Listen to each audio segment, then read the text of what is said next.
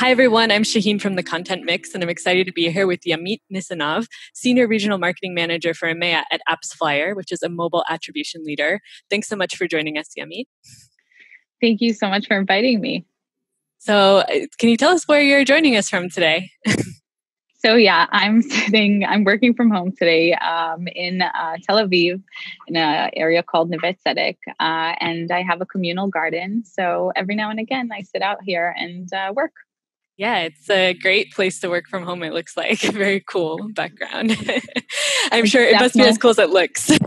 Yeah, it's definitely needed in these times to have some outdoor space where you could just kind of chill and work easily from. Absolutely. So the company is based in Israel as well, but operates all over the world, right? Yeah, so the company is based in Israel. We have a few offices here in Herzliya and then in Haifa. And then we have about another, I think it's like 15 offices globally, including ours, it's probably 18. So we have throughout EMEA, the US, South America, Asia, et cetera, lots of places. Cool. And so you're responsible for marketing in the EMEA region, right? And so Correct. Could you tell us, well, first tell us a bit what AppsFlyer does, and then also what your role is there. So sure. So AppsFlyer is a global attribution leader, and we basically empower marketers to grow their business with analytics solutions and measurement solutions of their mobile app install campaigns. And we provide a software to do that. So that's like a gist of what we do. We work with many different companies. We have about 75,000 marketers and developers that we work with. We're the number one global market leader. We have about 72% of the global market share, I think. And then it's like about, we measure about 28 billion ad spend, if I'm not mistaken. And we have about 6.2 thousand partners. So like Google or Facebook or Snapchat or any of those can be our partners, measuring the data behind these campaigns and sharing it with the end with marketers so that they can make better decisions on how to invest their ROI. That's the gist. Yeah, so you joined the company 4 years ago, and the company has seen huge growth in that time. So what has it been like working in the marketing department for a company that's growing that fast? So it's been challenging and exciting and very creative. One of the reasons that I wanted to join AppsFlyer actually was basically because of my CMO. He's a great guy, super creative, super amazing when it comes to mentoring you in terms of marketing. I saw great potential. I love the vibe at the company. And when I joined, we were under 200 employees. Today, we're over 1,000. And you can imagine that like being number 9 on the marketing team to like over 75 people globally. I don't even know all the people I work with today. So it's definitely a challenge. But I love in general, I like the challenge, and I like seeing how the company's growing and where it's leading and where it's going to. So, when you start out small, it's like you can do everything independently really quickly. And then as you grow, all the processes become bigger, wider, more bureaucratic, more red tape, and yet AppsFlyer is still maintaining a very strong, quick pace. So we'll see how things go and how we evolve. Yeah, so can you tell us a bit more about your background and how you got to where you are now, and some of your past experience was also at startups, right? Sure. Yeah. Actually, I used to work for several smaller companies in different various backgrounds of high tech, not necessarily the mobile world, but I started out in events for marketing, did that for several years, got a little burnt out and decided to move into more of a communication social media kind of platform. I worked for a private company that did some projects for the Israeli army and stuff like that. So that was also a very interesting experience in terms of just managing social media when it first started out. And then I transitioned into a bigger corporate company of like 24,000 people. So I went from like really small budgets, really, really independent. The decision-making process was me and one other person, to a process of like 12 other people just for like writing a sentence. So when you go from that to that, you learn a lot. You recognize the needs, the bigger picture, what the corporate is about, what the corporations are about, and what the smaller companies are about. I particularly prefer smaller corporations. It's just because I feel like this is less BS. and I feel like the people that also are recruited to smaller companies are really there to kind of make a difference and an impact. But that's just me, honestly. Like, I'm sure there are tons of those kind of people in bigger corporations.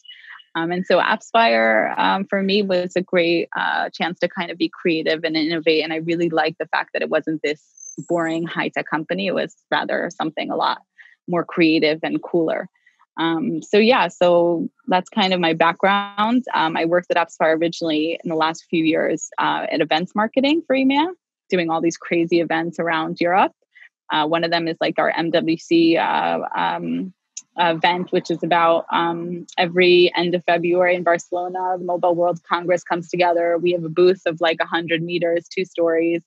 We have basically a big giant party the first night of the conference, 1,000 people. So I managed both of those parts of the event. Very demanding, but super enjoyable and fun to do. And that's something that I kind of miss today with Corona. Yeah, absolutely. Yeah. How have things changed? I mean, in terms of your role in this current situation, I guess events are out of the picture. So are you focusing on other aspects of marketing? So we basically went from MWC being canceled to everybody being in lockdown in Corona.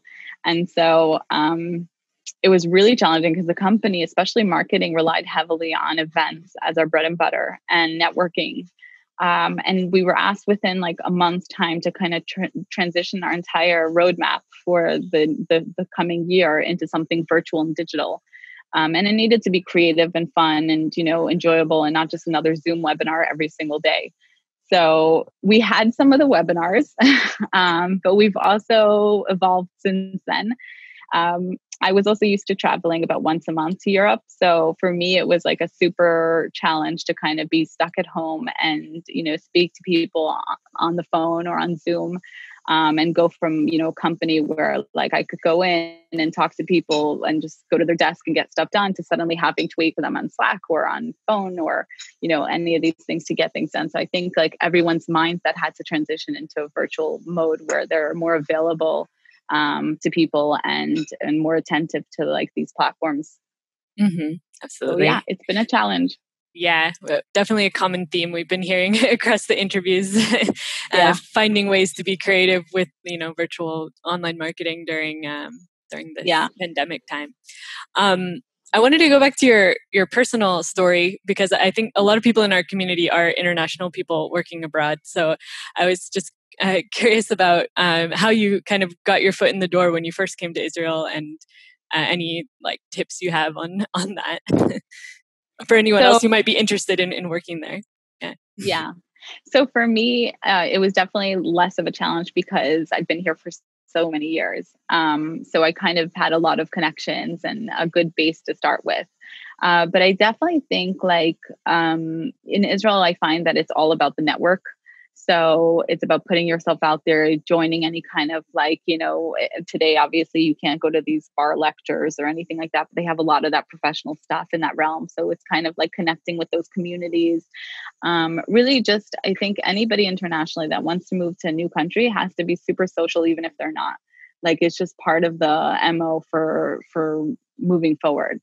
And kind of not resisting the culture, but rather accepting it and understanding that it's a different culture than what you're used to. It's a different way of interacting.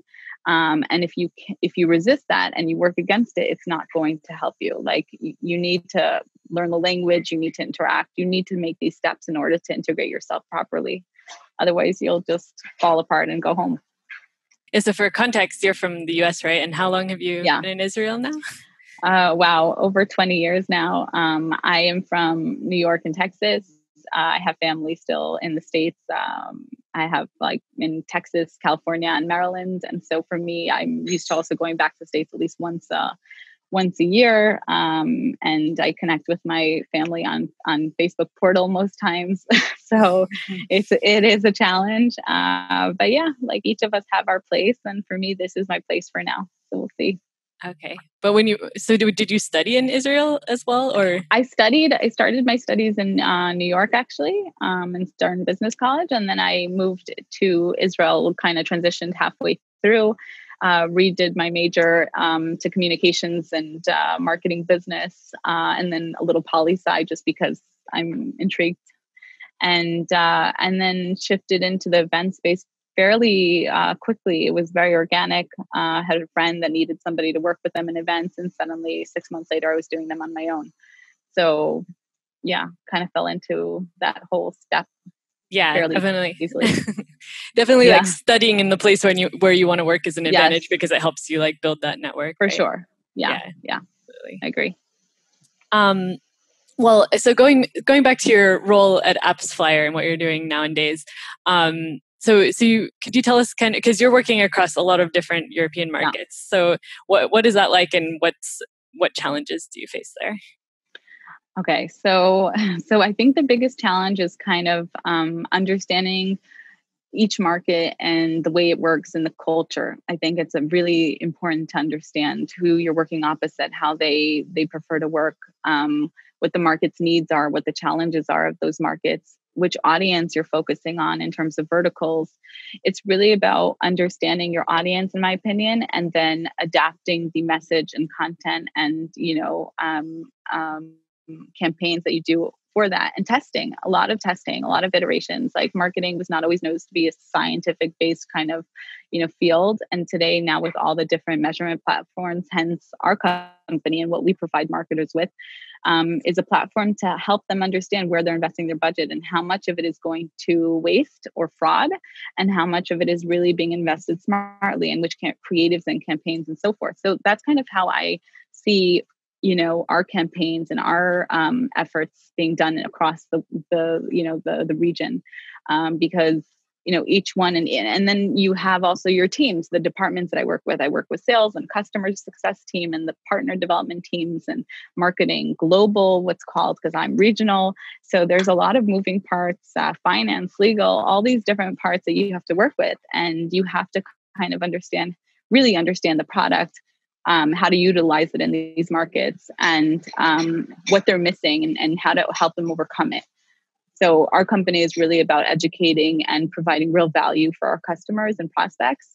So we do a lot of different educational, like fun, quick videos. Like, for example, I just did one with Google Africa, where we put together like 6 burning questions for media marketers, and for app marketers, and how they want to overcome that in kind of their app marketing strategy for Africa. So we had Google respond and answer it, and then we put together a cute little 1-minute clip, and we surface it on platforms like Facebook and LinkedIn and stuff like that. So those are different ways that like we've found to share educational content that's also fun and quick and short. Mm-hmm. Absolutely. Yeah. So I was going to ask you how you're using content marketing, but you beat me to the chase. So it sounds like content marketing is an important aspect of of what you do. For sure. Yeah. I mean, to be honest, Africa was non-existing in terms of our market revenue for the company up in this past year. And I was nominated to be one of basically the lead marketer in taking Africa and penetrating that for the company. Today, we've seen like a huge impact that we've made, but it's been through teamwork. I can't take all the credit. I'd love to, but I can't. And really understanding, the flow of information and kind of dripping it out. And, we've created a success story with one of our customers, showing their growth in Nigeria. We've created, like I told you, those little Mama Minutes, what we call, which is MAMA stands for Mobile Attribution and Marketing Analytics, which is basically what our company does. We've done, deminars, which are like more product webinar style for helping them understand the technology and how to utilize it for their apps. We've done newsletters. We've done some other fun events with Google or Facebook and so forth. So there's a lot of different avenues you can take. It's really just, like I said, understanding who your audience is and how you can best reach them through these platforms or these different events that you're creating. Yeah, I was actually noticing that your case studies are actually, the video case studies that you have are like in the local languages most of the time. So I was curious, I don't know, why you guys did it that way, because I've seen a lot of times the client might speak English well enough to do a video, but you guys decided to do it in the local language and like dub it, or not dub it, but subtitle it. So the truth is we have a localization, I wouldn't say department, they're within marketing, a really lovely girl at our company that she runs our localization efforts. She's amazing. And the reason that we localize content is obviously because, even if you go to Russia, for example, and you go to the tech scene there, you'll see a lot of young people that speak English fluently. But at the end of the day, there are those that don't. And when it's in your local language, you feel more of a connection. You feel like they're speaking to you within the realm that you understand. And I think that's super important when approaching, even when living in Israel, like tons of people here speak English and they speak it really well.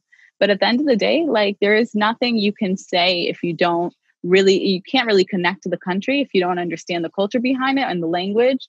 And those are like the door openers, in my opinion, for any kind of interaction, especially when coming to marketing. Mm-hmm, absolutely. So I guess the idea is that you create case studies for like each of the markets so that people can relate more to the samples. We will create an English version and then we'll create a localized version if necessary. So for Russian case studies, we've always done both. Mm-hmm.